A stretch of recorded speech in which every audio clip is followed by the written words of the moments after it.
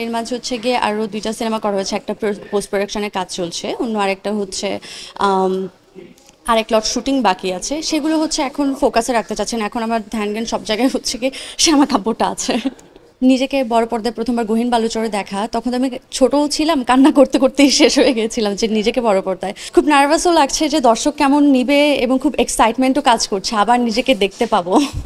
আমি খুবই অবাক হতাম যে আমার নাম্বার ওনারা কোথায় পাচ্ছে। আমার তো লাক্সের পরে গিয়ে এইচএসসি দেওয়া হয়েছে। আমি এতটাও ম্যাচিওর ছিলাম না তখন। ডিসিশন আমি খুব কম নিয়েছি, বেশিরভাগ সময় আমার কাছে এসেছে, আমি চুজ করেছি। আপনার যেহেতু আজকে শ্যামাকাব্য সিনেমার প্রিমিয়ার হতে যাচ্ছে, আসলে এখানে আপনাকে কিভাবে আমরা কিভাবে পাবো দর্শকরা? শ্যামা কাব্যের ক্যারেক্টার আমার টোটালি ডিফারেন্ট একটা ক্যারেক্টার। এইরকম ক্যারেক্টার অ্যাকচুয়ালি আমার আগে প্লে করা হয়নি। আহ, এইখানে মেয়েটা হচ্ছে গিয়ে totally different than me.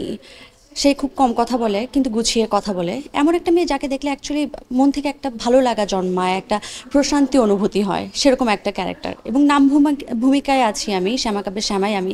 So বেশি কিছু বলতে গেলে আবার হচ্ছে গল্প রিভিল হয়ে যায়। দর্শক এসে এটা হলে দেখুক, সেটা চাই আমি। শুটিং ইউনিটের অভিজ্ঞতাটা একটু জানতে চাচ্ছিলাম। খুবই স্ক্যারি। ভাইয়ারা যখন নাকি শুটিংয়ে গিয়ে পৌঁছে গেছে, এরপর আমার কাছে কল এসেছে যে আপনি সেটে আসেন, আপনি হচ্ছে শ্যামা। এবং এর আগে হচ্ছে আরেকজনকে কাস্ট করা হয়েছিল। তো অল অফ সাডেন আমি আউট অফ নো ওয়্যার ওখানে সেটে গিয়ে পুরো টেনশনেই ছিলাম পুরোটা সময় যে অ্যাকচুয়ালি আমি করতে পারছি কিনা। আমি আমার ট্রাই করেছি 100% যেন শ্যামা ক্যারেক্টারটা আমি ধারণ করতে পারি, ক্যামেরায় ফুটিয়ে তুলতে পারি সে যেরকম, সেই ব্যাপারটা ইনজাস্টিস যেন না হয় ক্যারেক্টারটার প্রতি। আমি ট্রাই করেছি আমার 100%, বাকিটা দর্শকের উপরে।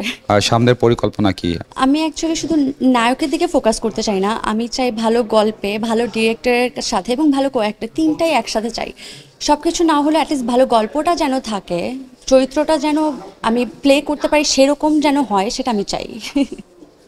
এখন কি মনে হয় আপনার, যেহেতু ব্যাক টু ব্যাক বেশ কয়েকটা কাজ করা হলো এবং বেশ কয়েকটি কাজই আপনার মোটামুটি দর্শক মহলে একটু সাড়া জাগিয়েছে বলা চলে, এই যে শ্যামাকাব্য আসতে চলছে, কি মনে হয় এটা দিয়ে এক্সপেকটেশনের জায়গাটা কেমন?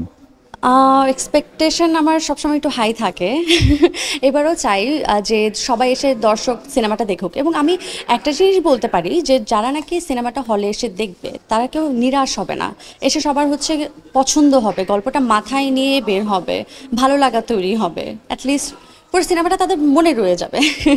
আর বাকি কিছু কাজ করেছে, এর মাঝে হচ্ছে গিয়ে আরও 2টা সিনেমা করা হয়েছে। একটা পোস্ট প্রোডাকশনের কাজ চলছে, অন্য আরেকটা হচ্ছে আরেক লট শুটিং বাকি আছে। সেগুলো হচ্ছে এখন ফোকাসে রাখতে চাচ্ছেন। এখন আমার ধ্যান জ্ঞান সব জায়গায় হচ্ছে কি শ্যামা কাব্যটা আছে।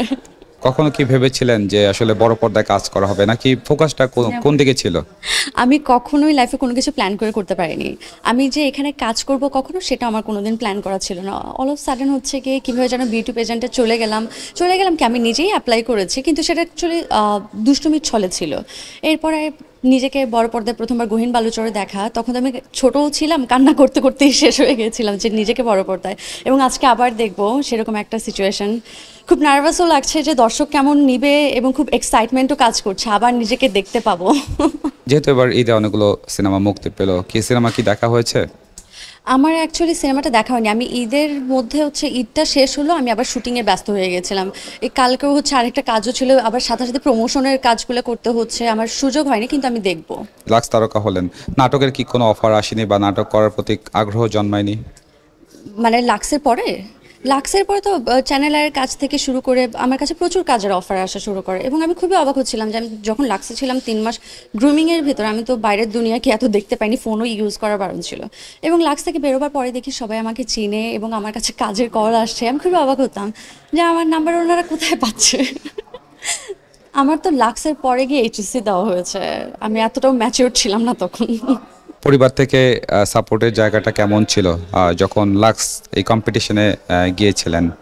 এই দিক থেকে আমি খুবই লাকি, কারণ আমার ফ্যামিলি সাপোর্ট আমি সবসময় পেয়েছি। আমি যেই ডিসিশনই নিয়েছি, ডিসিশন আমি খুব কম নিয়েছি, বেশিরভাগ সময় আমার কাছে এসেছে, আমি চুজ করেছি, এরকম হয়েছে। তো সবসময় দেখা গেছে আমার ফ্যামিলি আমাকে সবসময় সাপোর্টটা দিয়েছে। লাক্সের বেলায়ও সেম।